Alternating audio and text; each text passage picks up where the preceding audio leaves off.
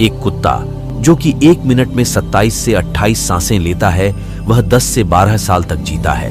वहीं पर एक इंसान 1 मिनट में 16 से 20 सांस लेता है और वह 80 से 100 साल तक जीता है। लेकिन एक कछुआ जो कि 1 मिनट में सिर्फ 5 से 6 बार सांसें लेता है, वह 500 से 600 सालों तक जीता है। इससे स्पष्ट है कि जिस जीव की सांसों की संख्या जितनी कम होती है, वह उतनी ही लंबी आयु तक जी सकता है। इसी चीज को समझकर हमारे पूर्वजों ने सांसों की संख्या को कम और उसकी गहराई को ज्यादा करने के विज्ञान पर काम करना शुरू कर दिया था, क्योंकि वह समझ गए थे कि इंसान को जीने के लिए साल या महीने नहीं, बल्कि एक निश्चित संख्या में सांसें मिलती है और सांसों के लेने की गति को कम करके उम्र को लंबा किया जा सकता है। लेकिन सांसों के धीमा और लंबा होने की यह गति प्राकृतिक रूप से होनी चाहिए। जब हम सांस लेते हैं तो वायु प्रत्यक्ष रूप से हमें 3-4 स्थानों पर ही महसूस होती है। कंठ, हृदय, फेफड़े और पेट मस्तिष्क में गई हुई वायु का हमें पता ही नहीं चलता। कान और आंख में गई हुई वायु का भी कम ही पता चलता है। श्वसन तंत्र से भीतर गई वायु अनेकों प्रकार से विभाजित हो जाती है, जो अलग अलग क्षेत्र में जाकर अपना अपना कार्य करके पुनः भिन्न रूप में बाहर निकल आती है। यह सब इतनी जल्दी होता है कि हमें इसका पता ही नहीं चल पाता। यदि हम जोर से गहरी सांस लेते हैं तो तेज प्रवाह के साथ शरीर के अंदर बैक्टीरिया नष्ट होने लगते हैं। कोशिकाओं की रोगों से लड़ने की क्षमता भी बढ़ जाती है। बोन मैरो में नए रक्त का निर्माण होने लगता है। आंतों में जमा मल विसर्जित होने लगता है। मस्तिष्क की जागरूकता लौट आती है, जिससे स्मरण शक्ति दुरुस्त हो जाती है। न्यूरॉन की सक्रियता से सोचने समझने की क्षमता पुनः जिंदा हो जाती है। फेफड़ों में भरी हवा से आत्मविश्वास वापस लौट आता है। आजकल अधिकतर लोगों की सांसें उखड़ी और बिखरी हुई रहती हैं। लोगों को ये पता ही नहीं चलता कि उनकी सांसें किस प्रकार चल रही हैं। जब क्रोध का भाव उठता है तो सांस बदल जाती है। वहीं पर काम वासना का भाव उठता है, तब भी सांस बदल जाती है। हमारे प्रत्येक भाव और विचार के साथ हमारी सांसें भी बदलती रहती है। इसके साथ हमारे खान पान और रहन सहन से भी यह बदलती रहती है। असल में हमारी सांसों का हमारे मन की स्थिति और हमारी शारीरिक अवस्था से सीधा संबंध होता है। पूरा योग विज्ञान ही सांसों को सही तरीके से लेने पर टिका हुआ है। तो अगर हम सिर्फ अपनी सांसों को सही तरीके से लेना सीख जाते हैं तो हमारा जीवन जादू की तरह बदल जाएगा। आज प्राचीन यौगिक कहानी के माध्यम से हम सांसों को सही तरीके से लेने का तरीका और सांसों के जादुई रहस्य के बारे में विस्तार से जानेंगे। बहुत समय पहले की बात है, एक आर्षि अपने आश्रम में छात्रों को योग, ध्यान और प्राणायाम की शिक्षाएं दिया करते थे। आर्षि खुद भी एक योगी थे। उन्होंने अपने कई वर्ष हिमालय की गुफा में साधना करते हुए बिताए थे, जहां पर उन्होंने बहुत से सूक्ष्म मानवीय आयामों को गहराई से समझा था। और अब वह अपने इसी अनुभव और ज्ञान को शिष्यों के माध्यम से जनसमूह तक पहुंचाना चाहते थे। एक दिन रात्रि के भोजन के पश्चात उनके आश्रम का सबसे बुद्धिमान और होनहार छात्र उनके पास आता है। छात्र के चेहरे को देखकर गुरु समझ गए कि उसके मन में कुछ प्रश्न उठ रहे हैं। गुरु के नजदीक पहुंचते ही छात्र ने उन्हें प्रणाम किया और कहा, गुरुदेव, मैं आपसे कुछ प्रश्न पूछना चाहता हूँ। गुरु ने मुस्कुराते हुए कहा, मुझे मालूम है, पूछो। क्या प्रश्न है? तुम्हारे छात्र ने कहा, आप अक्सर कहते हैं योग, ध्यान और प्राणायाम का मूल आधार हमारी सांसें होती हैं और अपनी सांसों पर नियंत्रण पाते ही हम अपने मन और विचारों पर भी नियंत्रण पा लेते हैं। इसलिए आज मैं आपसे सांसों के रहस्य और उसके यौगिक विज्ञान के बारे में विस्तार से जानने आया हूँ। ये सुनकर गुरु ने एक हल्की मुस्कान दी और फिर कहना शुरू किया। गुरु कहते हैं, जैसा हमारा मन हो रहा है, हमारी सांसों की गति भी वैसी ही हो जाती है, या फिर जैसी हमारी सांसें होंगी वैसी ही हमारी मनोदशा हो जाएगी। यानी सब कुछ हमारी सांसों से जुड़ा हुआ है। जो हमारे भीतर घटता है वह भी, और जो हमारे बाहर घटता है वह भी। जीवन में घटने वाली हर एक घटना हमारी सांसों से गहरा संबंध रखती है। मतलब कि अपनी सांसों की गति पर नियंत्रण करके अपने मन और विचारों पर नियंत्रण कर सकते हैं। अगर तुम किसी सच्चे योगी या साधक को ध्यान से देखो तो तुम्हें उसके चेहरे पर एक गजब का ठहराव दिखेगा। एक सच्चा योगी बुरी से बुरी परिस्थिति में भी खुद को स्थिर और शांत रख सकता है। एक योगी अपनी भावनाओं को नहीं दबाता, बल्कि वह अपनी सांसों पर नियंत्रण हासिल करता है और सांसों को नियंत्रित करते ही वह अपने मन पर भी नियंत्रण पा लेता है। जिस आदमी का मन उसके नियंत्रण में होता है, उसके पास उसकी सभी समस्याओं का समाधान होता है। गुरु ने छात्र की तरफ इशारा करते हुए कहा, तुमने कुछ योगी के बारे में सुना होगा कि वह 150, 200 या फिर 300 सालों तक भी जीवन जीते थे। तो आखिर वह इतने लंबे समय तक खुद को जीवित कैसे रख पाते थे?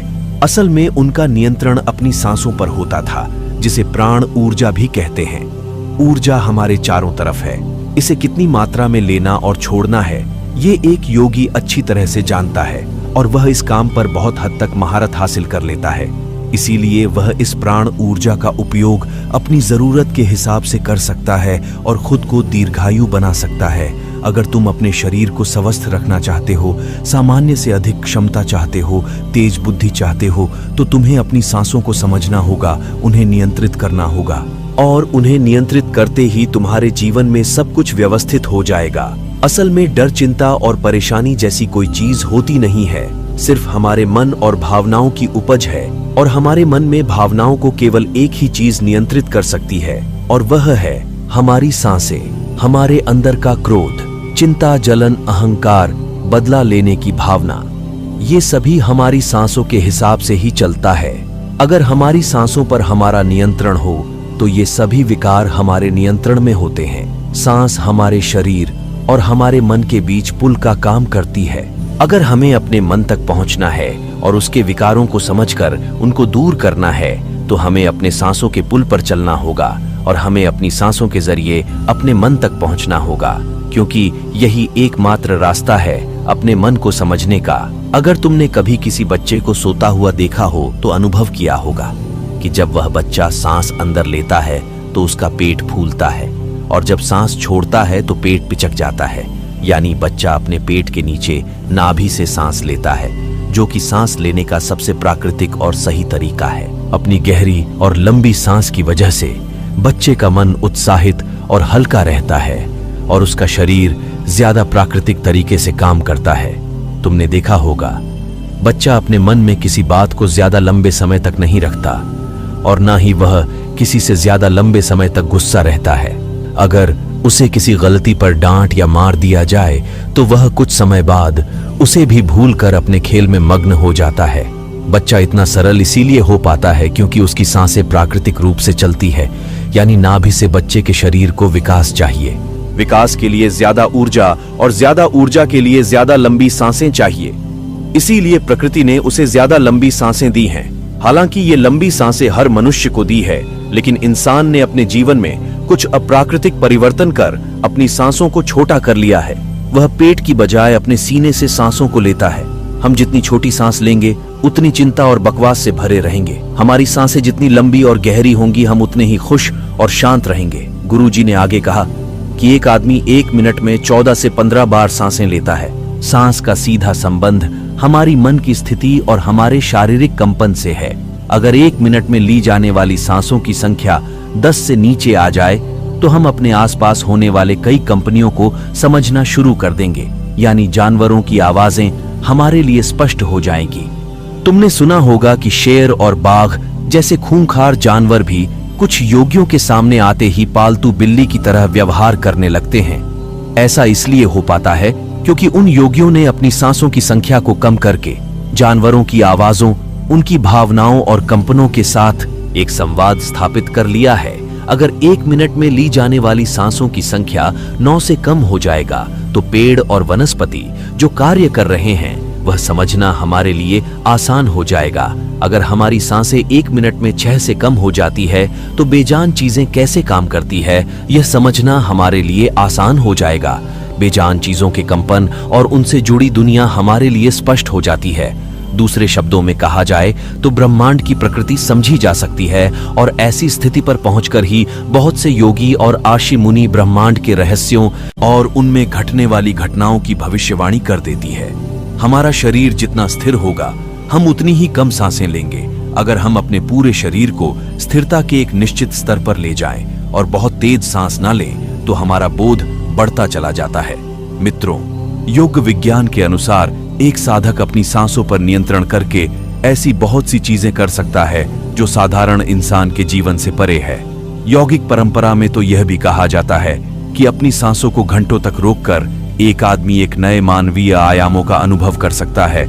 ऐसी बहुत सी बीमारियां जो जानलेवा हो सकती है या जिनका कोई इलाज नहीं है, उन्हें केवल अपने मन और दिमाग पर नियंत्रण रखकर ठीक किया जा सकता है। अपनी सांसों पर नियंत्रण करके व्यक्ति एक ऐसी मानसिक स्थिति तक पहुंच सकता है जहां जीवन में आने वाले उतार चढ़ाव उसे परेशान नहीं कर सकेंगे। कुछ लोगों को यह सब बातें कहानी लग सकती है, क्योंकि आम तौर पर लोग ऐसा नहीं करते हैं और कोई भी चीज जिस पर उन्हें यकीन नहीं होता उसे अंधविश्वास कहकर नकार दिया जाता है। लेकिन पुरानी यौगिक परंपराओं का पालन करने वाले लोग ऐसी बातों का दावा करते हैं। उन्हीं लोगों में से एक है स्वामी रामा। स्वामी रामा हिमालय की गुफाओं में रहा करते थे। उन्होंने बचपन से ही योग की प्रणालियों का अभ्यास शुरू कर दिया था। 1970 में स्वामी रामा एक अमेरिकन रिसर्च लैबोरेटरी में गए, जब उन्होंने अपनी सांसों पर नियंत्रण करके अपने दिमाग और मन पर जब चाहे जीतने समय के लिए अपनी सांस, ब्रेन वेव्स, हृदय की धड़कन और शरीर में बहने वाले खून को रोक दिया। तब लेबोरेटरी में मौजूद डॉक्टर्स ने स्वामी रामा के शरीर पर रिसर्च की और उन्हें मृत घोषित कर दिया। लेकिन इस अवस्था में भी स्वामी रामा सब कुछ महसूस कर सकते थे। यह देखकर वहां मौजूद रिसर्चर्स की टीम दंग रह गई थी। साथ ही स्वामी रामा अपने शरीर में अपनी मर्जी से ट्यूमर की ग्रोथ को घटा और बढ़ा भी सकते थे। रिसर्चर्स की जिस टीम को हिमालयन योगियों के सारे दावे अंधविश्वास और पाखंड से भरे लगते थे, वह अचानक से उन्हें इनर साइंस प्रतीत होने लगे थे। एक भीतरी विज्ञान जो साधारण मनुष्य की कल्पना से भी परे है। सांसों को ध्यानपूर्वक लेना ये प्राचीन यौगिक टेक्निक है। एक योगी जब अपनी सांसों पर नियंत्रण हासिल कर लेता है, वह जब चाहे तब अपनी सांसों को रोक सकता है। स्वामी रामा के अनुसार अगर आप अपनी सांसों को समझ गए तो आपके शरीर में होने वाली वो बीमारियां जिनका इलाज आज मेडिकल साइंस के पास भी नहीं है, सांसों के माध्यम से उन्हें भी ठीक किया जा सकता है। श्वास के गूढ़ रहस्यों को समझाने के लिए बाद में स्वामी रामा ने अपने कुछ साथियों के साथ मिलकर एक किताब लिखी है जिसका नाम है साइंस ऑफ वृद्ध गुरु। ने आगे कहा कि जब सांस विचलित होती है तो मन भी अस्थिर हो जाता है, लेकिन जब सांसें शांत होती है तो मन स्थिर हो जाता है और योगी दीर्घायु हो जाता है। इसीलिए हमें अपने स्वास्थ्य पर नियंत्रण करना सीखना चाहिए। गुरु ने शिष्य की आंखों में देखते हुए कहा, तुम्हें क्या लगता है, क्या तुम जितनी लंबी सांस अंदर लेते हो उतनी ही लंबी सांस बाहर भी निकालते हो? नहीं, सामान्य स्थिति में हम जो सांस अंदर लेते हैं उसकी लंबाई 10 अंगुल होती है और सांस बाहर निकालते समय इसकी लंबाई 12 अंगुल हो जाती है। यहाँ 1 अंगुल का मतलब 1 अंगुली मोटाई से है। हमारी रोजमर्रा की जिंदगी में कुछ काम ऐसे होते हैं जिन्हें करते समय जितनी लंबी सांस अंदर जाती है उसे कई गुना ज्यादा लंबी सांस बाहर निकल जाती है। भोजन करते समय बाहर निकलने वाली सांसों की लंबाई 16 से 17 अंगुल होती है। तेज चलते समय सांसों की लंबाई 22 से 24 अंगुल हो जाती है। दौड़ते समय निकलने वाली सांसों की लंबाई 45 से 50 अंगुल तक पहुंच जाती है। संभोग करते समय 50 से 60 अंगुल तक पहुंच जाती है। सोते समय नींद में बाहर निकलने वाली सांसों की लंबाई 60 से 70 अंगुल तक पहुंच जाती है। इसलिए हमारे शास्त्रों में काम और क्रोध पर नियंत्रण रखने की बात कही गई है, क्योंकि ये हमारी प्राण शक्ति को क्षीण कर देती है। श्वास को इंसान की प्राण शक्ति भी कहा जाता है। जब 1-2 वर्षीय व्यक्ति से उसकी लंबी उम्र का राज्य पूछा गया तो उसने 2 ही चीजें बताई।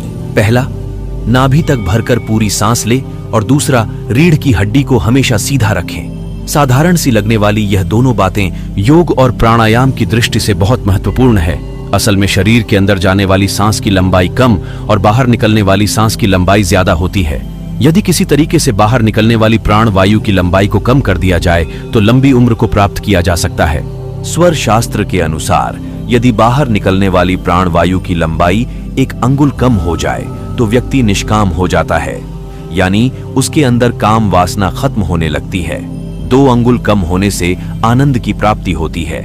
3 अंगुल कम होने से लेखन शक्ति बढ़ती है। 4 अंगुल कम होने से वाक सिद्धि प्राप्त हो जाती है। 5 अंगुल कम होने से आदमी को दूरदृष्टि प्राप्त होती है।